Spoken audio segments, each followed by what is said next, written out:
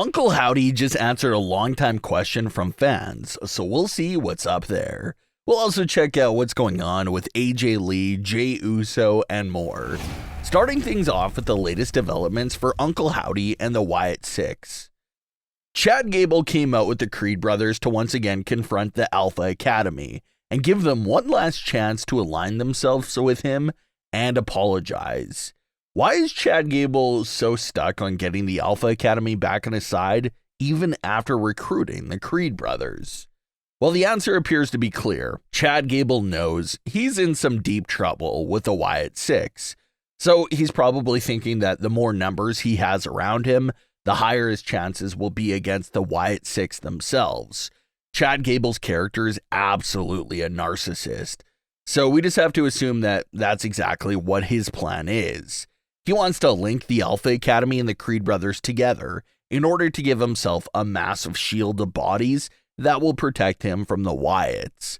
But Otis and the Alpha Academy stood their ground on the same answer that they've been giving Chad Gable over the last few weeks, and that's how they want nothing to do with him. This leads to Gable and the Creed brothers unleashing a brutal attack on the Alpha Academy, but the Wyatt Six arrive to the scene. And we see even more proof of Chad Gable treating his new recruits as nothing more than body shields. Right when the Wyatt Six music hits, Chad Gable has the Creed brothers stand at ringside, ready to take on the Wyatts, while he stays nice and safe in the middle of the ring. But to Chad Gable's surprise, Uncle Howdy appears from behind him and nails him with his sister Abigail. And that moment gave us a lot of confirmation and cool story details. Firstly, we can look at that moment as being something that Chad Gable brought upon himself. Bo Dallas very calmly answered Chad Gable's call out the week prior to have civilized conversations. But when that ended up being nothing more to a trap for Chad Gable to jump Bo Dallas, Bo came around a week later in his full Uncle Howdy alter ego. What's more interesting about Uncle Howdy here in this moment is his appearance. This moment appeared to give us the first look at Uncle Howdy's potential ring gear appearance. A lot of fans question what Uncle Howdy's ring gear appearance would look like, given that he wears a lot of massive accessories, such as the top hat, the coat, the mask, and the wig. Well, this appearance appeared to answer that question. Uncle Howdy will be getting physical in all black gear with his mask and a long wig also remaining on. A lot of fans are making several visual comparisons between The Fiend and Uncle Howdy. They both rocked full body ring gear, also wore their signature masks and long hair. Another important thing that this attack on Chad Gable established is the fact that it also appears that Howdy will be using the sister Abigail as his finisher from this point on. This episode of Raw also featured a short VHS tape focused around Nikki Cross.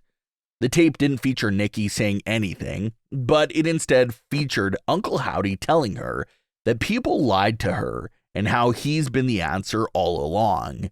And like we've been mentioning, Michael Cole refuses to address Nikki Cross by name and acts as if it's someone he hasn't seen before. So is her history as Nikki Cross being wiped out, and she's a whole new character now? That's something that we'll have to monitor and keep an eye on, because she hasn't been referred to as Nikki one time since joining Howdy. But considering the theme so far, it looks like we will see a bit more VHS tapes from the Wyatt Six, and those tapes will be focused on Dexter Lumis and Joe Gacy's new Wyatt Six characters. So lots of really exciting reveals to come there. It looks like Uncle Howdy will stay on Chad Gable's neck until he makes him pay for how wrongly he treated his own family. Rikishi was recently in the headlines for criticizing the 2024 Men's Money in the Bank ladder match and how he felt like Jey Uso should have won that match. Well, Rikishi is once again doubling down on that perspective and is questioning the usage of Jey Uso heading into Summerslam. Rikishi had this to say about Jey's current usage during his podcast. Quote, "I got hairs on the back of my neck every time I watch him, Jey Uso. SummerSlam, where is he? Let's write him into. He likes mommy. Mommy? That's the best that those writers got? Let's write this guy into a relationship with Rhea? What y'all trying to do? Break his marriage up? Y'all can't put him in a good storyline. So what you gonna do now? End quote. Rikishi went on to say that they better not be any on-screen kissing between Rhea and Jey. So Rikishi is now bringing a lot of this attention to Jey Uso. And usually when a situation like this happens in other sports like NFL or NBA, family members speaking out to media about a player's usage or lack of opportunities, people often look at this situation pretty weirdly because it's hard to determine if this is strictly the family member's real individual feelings or if they're repeating something that the player themselves said. So that's pretty much the same question we just had to ask here between Rikishi and Jey Uso. Is this strictly just Rikishi's own individual feelings on the matter, or is Rikishi really fired up because he is repeating things and frustrations that Jey Uso has personally shared with him? That's the question you always got to ask in any situation like this, where a family member starts getting really vocal and passionate about a situation. Rikishi is not a fan at all that Jey Uso's main story and angle heading into Summerslam week is that he has a crush on Rhea Ripley. And it's a respectable opinion. Rikishi is right. Jey Uso, as a main event caliber superstar and a top merchandise seller, should have a more solid storyline to lean back on heading into SummerSlam week. It's still a fact that Jey Uso has never won a singles title as well, so that's something that could be still achieved sometime in the near future. There's a lot of rumors about a bloodline reunion happening in the coming months, so fans are a bit concerned on if that will impact Jey's singles run as he potentially re-enters a faction again.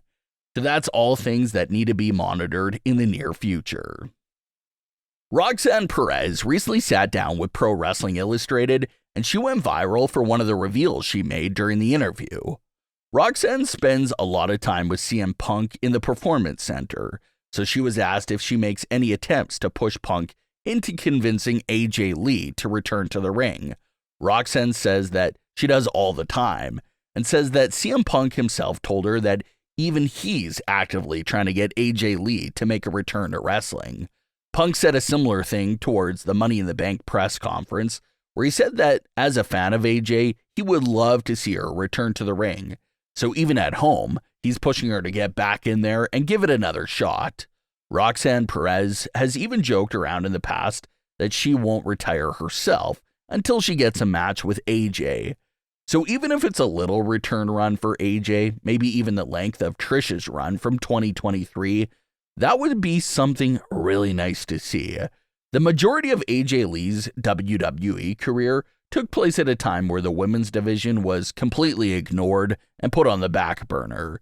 So for her to have a return run where the women's division is more respected and highly featured in current day, along with all the amazing competitors and potential fresh matchups, it would be something really special to see. Hopefully CM Punk is successful in his attempt to bring AJ out of retirement. But what are your thoughts on today's stories? Leave your comments below. Don't forget to subscribe with all notifications on and leave a like if you enjoyed. Thanks for watching, guys.